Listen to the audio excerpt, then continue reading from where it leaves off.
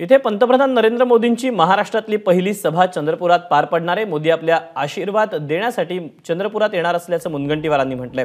2014 मध्ये ज्या प्रकारे मोदींच्या सभेनंतर लोकांनी भाजपला कौल दिला, तसंच यंदाही भाजपलाच जनता विजयी करेल असा विश्वास चंद्रपूरचे भाजपचे उमेदवार सुधीर मुनगंटीवार यांनी व्यक्त केला आहे।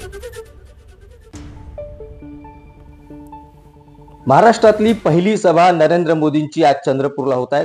आपल्या सोबत उमेदवार सुधीर मुनगंटीवार आपल्या सोबत आहेत। सुधीर भाऊ, पहिली सभा मोदींची तुम्हाला मिळाली, काय सांगा?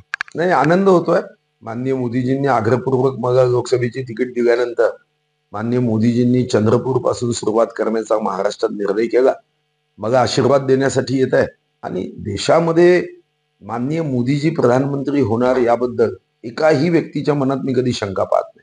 इतक्या लोकांना भेटतो, सर्वजण म्हणतात की मोदीजी प्रधानमंत्री होईल। मग मोदीजी जर प्रधानमंत्री होणार आहे तर चंद्रपूरमध्ये विरोधी पक्षाचा खासदार पाठवून आपण विकास मंचर करणार आहोत का, हा प्रश्न माझा राहणार आहे। की जर मोदीजींना साजेसा त्यांच्या पक्षाच्या विचाराचा विकासाचा पाईक म्हणून मला जर सोबत निवडून दिलं तर विकास वेगाने होईल। आज साधारणतः आदरणीय मुख्यमंत्री एकनाथ शिंदे, आदरणीय उपमुख्यमंत्री देवेंद्रजी, केंद्रीय मंत्री माननीय रामदास आठवलेजी, महायुतीचे सर्व आमचे नेते पदाधिकारी, भाजप, शिवसेना, राष्ट्रवादी, RPI आणि काल या विभागाचे आमदार किशोर जोरगेवार यांची माझी बैठक झाली। किशोर जोरगेवार सुद्धा महायुतीला पाठिंबा देत आहे आणि त्या दृष्टीने तेही त्या ठिकाणी उपस्थित राहते।